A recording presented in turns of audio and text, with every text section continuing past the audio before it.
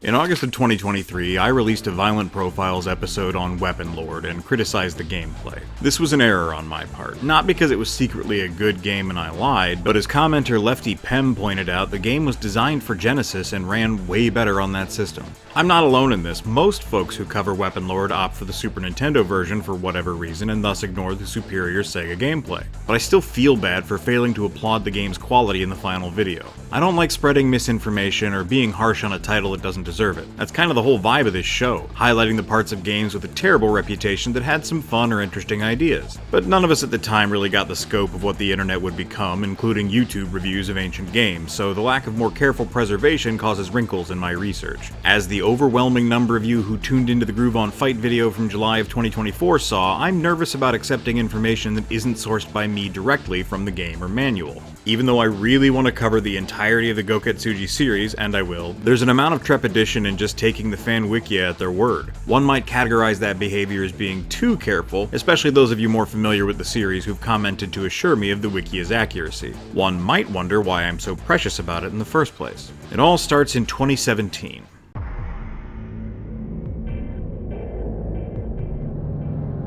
I'm Eric J. Chucky, and welcome to Violent Profiles, where we discuss obscure fighting games and the rosters that define them.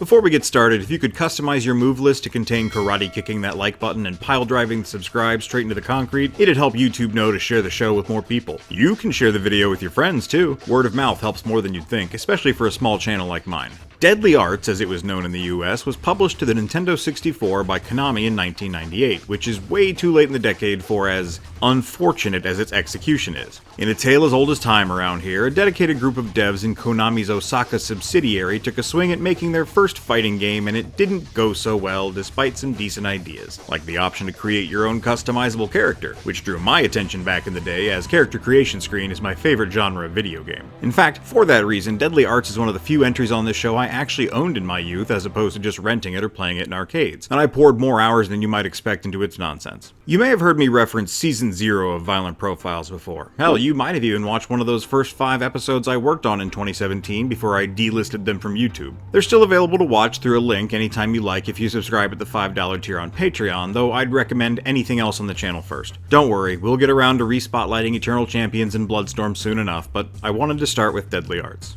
Back in 2017, the movement to preserve video game history as the artwork it is wasn't as strong, and since both the American manual to Deadly Arts and the game itself lacked anything resembling character bios, as much as I wanted to talk about the title that had an impact on me when I was small, information was just very difficult to find. That was until, by chance, I stumbled across someone's personal wikia where they listed character and story info supposedly taken from the PAL manual that seemed extremely plausible. Finally, I thought, and scrambled to make the video, but in my haste, I failed to notice a comment on the page calling the author out for basically making everything up whole cloth. You really think someone would do that? Just go on the internet and tell lies? I didn't realize it myself until a certain Blue Skeletons video on the subject had details quite different from the ones I'd found, and upon further research, I discovered the deception. As I said, I don't like spreading misinformation, and even though it's not part of the playlist, the original video has been getting hits since the series rebooted. So I wanted to finally set the record straight. Ish. The European manual is difficult to track down outside of spending money I do not have on purchasing a physical copy. What I do have is an article written in 2019 with no comments calling it false, and whose details seem to line up with references echoed by reputable creators. So that's my source to explore for today, and if I'm wrong a second time, I'll just make another video about it in the future. Welcome to the next rung on the ladder of truth. The game is called G.A.S.P Fighter's NEXTREAM outside of the US, which is the best worst video game title of all time. I will never not delight at how clunky and unhelpful every part of this title is, except for maybe the word fighters. Deadly Arts isn't great either. It's painfully generic and not very descriptive of the non-fatal martial arts tournament that shares its name in universe. But if you remember the discordant mouthful of the original title once, you're unlikely to ever forget it again.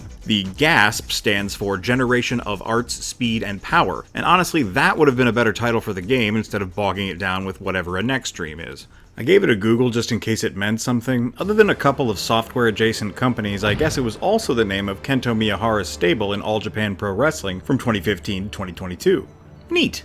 I wonder if he was inspired by this game. The tournament is held yearly by the final boss who just wants to prove he's the strongest fighter in the world by beating whoever comes out on top. There's no specific stakes on the line that I can discern, nor any real motivation in anyone joining other than to win. Prestige is a valid reason to fight, even if it's a dull one, and the playable roster just happens to be this year's selection of invitees. But this time I'd actually like to flip the script and talk about the bosses first. We'll begin with the tournament's organizer himself and your final obstacle, Reiji Ogami. The man of mystery who keeps his vital details close to the chest, Reiji looks like Raiden from Mortal Kombat as poorly interpreted by an AI art prompt, or maybe an evil twin OC of that stretchy guy from One Piece. Please don't tell me if he actually does have an evil twin, I don't care. Reiji has the unique power to transform into Yami, a distant relative of Street Fighter's Akuma who isn't really into clothes, or Hikari, a creepypasta version of Doshin the Giant. The names of these forms translate to dark and light respectively. Perhaps there's some meaning to that buried deep within the minds of the design team. If so, it was never presented to us. One thing I can praise about this game are the arenas.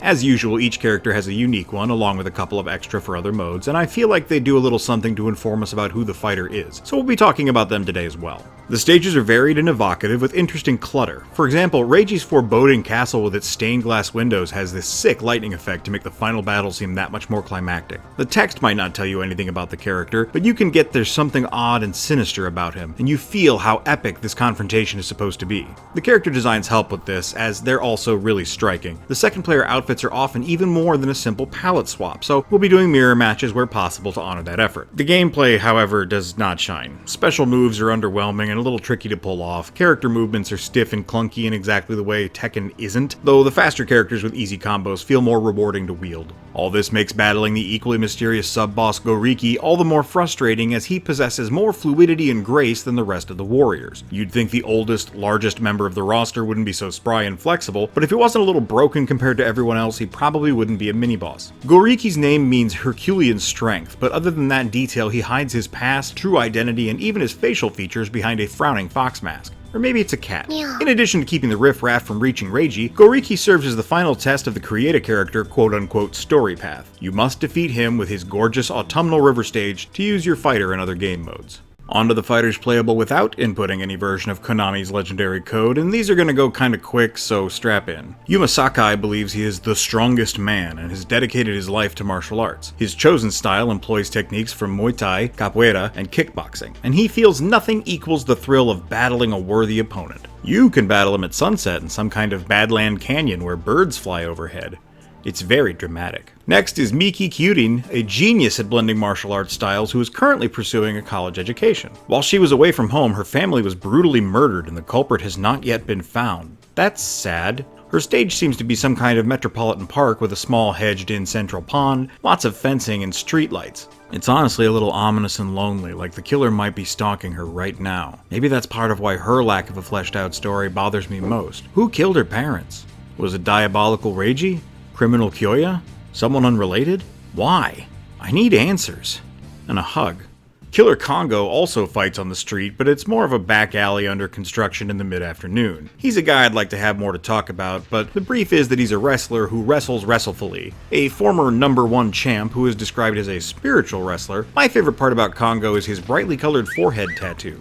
They also do a good job of selling his wrestling background through not only his move list, but his gear. Everything but the late 80s Muscle Beach crop top is the exact kind of clothing you'd see on someone like Ken Shamrock at the time. Our next fighter is Serena Hiyu, who also sports a simple backstory. She's a high school student in love with Kai, the guy front and center on the cover of this game, and got into martial arts to get closer to him. Fortunately for her, she's also pretty damn good at it, focusing on what the game calls Command Sambo as her style of choice. That's not a real martial art as far as I could tell, though Combat Sambo and the Argentinian Concrete Sambo are, so it might have meant to be one of those. Her stage is some kind of weird industrial freight platform inside a raging smelter, I think. Seems like a strange place to do battle with a high school student, but what do I know? I'm not Japanese. Perhaps this happens all the time over there. Kaoru Higashi looks like he listens to The Offspring. Yeah! It's a cool design, honoring the trend of teenage boys of a certain culture acquiring a piece of gimmicky headwear after their first evolution. I myself wore a pair of ski goggles at this stage of my life, though because of how linear time works, that might have been influenced by Kaoru's begoggled flight cap. He doesn't practice any specific martial art, but hopes to impress Serena with his prowess and steal her affections away from Kai. He fights in a cave with a minecart and a bunch of flaming braziers. Maybe it's the kind of cave teens sneak off to make out in. Maybe Japanese high schoolers frequently do battle in caves and it's just a cultural thing I'm not privy to. Japan sounds scary. The youngest member of the roster at 16, Rin Kyaroru Azami, has 3 names, only one of which gets localized to Rin Carol Azami, which is frankly a baffling thing to do. I know it's a cognate, it still sounds weird. She's of mixed Japanese and Indian descent and practices the 3,000-year-old art of Kalari. As her father is a famous practitioner himself, you would think he showed her the ropes, but apparently both he and her mother are busy with their day jobs, so she had to bother her grandpa for training. Rin's stage is one of my favorites, a snowy mountain shrine with a very chill music track. If I have one complaint about her, I wish she was wearing more beneath her skirt. It's giving Vanguard Princess. For my money, the most interesting looking fighter is Jimmy Kyoya, or Kyoya Jinonji, depending on your localization. This street fighter oozes style with his high collar vest, stripy pants, tattoos, and eclectic jewelry. Something about him reminds me of Keith Flint from Prodigy. Kyoya is a big fan of crimes, using his superior intellect to avoid leaving evidence and thus evade arrest. You fight him in a weird underground area, sort of like a boiler room or maybe part of a sewer. It could be his hideout or perhaps a place he's robbing that has better stuff to loot just off screen. One of his victory animations sees him kicking you while you're down, and most of the noises he makes are high-pitched whoops and giggles, so longtime viewers can probably get why young me was into him. Though I always got the impression Kyoya was a vampire, maybe because of the lavender skin or his prominent canines on the box art. Finally, there's Kai Himuro, whose look screams protagonist, although the game's story is lacking enough that nothing outside of art direction and him being the default fighter on the character select screen implies this. Even at a young age of 18, Kai has mastered Chinese martial arts by religiously training to the detriment of anything else, including cultivating a love life. I'm only just now realizing Kai's stage isn't a rundown apartment, but instead some kind of spa with computers that seems to be either abandoned or an active crime scene? The windows are broken, one set of lockers has been knocked down, and there's either blood or graffiti on the wall. I hope Kai is investigating whatever happened here and isn't responsible for it, though with his extreme dedication to his craft, he might have just showed up for a post-training steam and not noticed anything was amiss until someone started fighting him about it. These biographies are a long way from what I imagined when I played this game in my youth, even more so from the fiction of the original video and the article that encouraged it. Maybe that's disappointing, but the truth often is. Like, for example, having to face a preteen version of myself with the cold hard fact that this title just isn't very good. I don't know how I poured enough effort into this game to beat it with several characters without cheesing every match, or how I got through the create a character mode even once. People played this game with me back then. What saintly patience they must have had. It's difficult for me to just come out and say this game sucked, but nothing about playing it again thrilled me from a mechanical standpoint. There's a team battle mode, which most folks use these days to cheese their way through the game's tournament ladder. You can check your stats, and there are wall jumps, attacks against a downed opponent, taunts, and duck walking, but these additions aren't enough to rise above the core gameplay being tedious. The designs do stand out, with more time dedicated to each character's story. Some of the poorly translated dialogue boxes from Create a Character mode used to build these tales between fights, or here's a crazy concept, endings for all of the fighters. Deadly Arts would have gone down as something more than an N64 fighter that makes Mace the Dark Age look even better by contrast.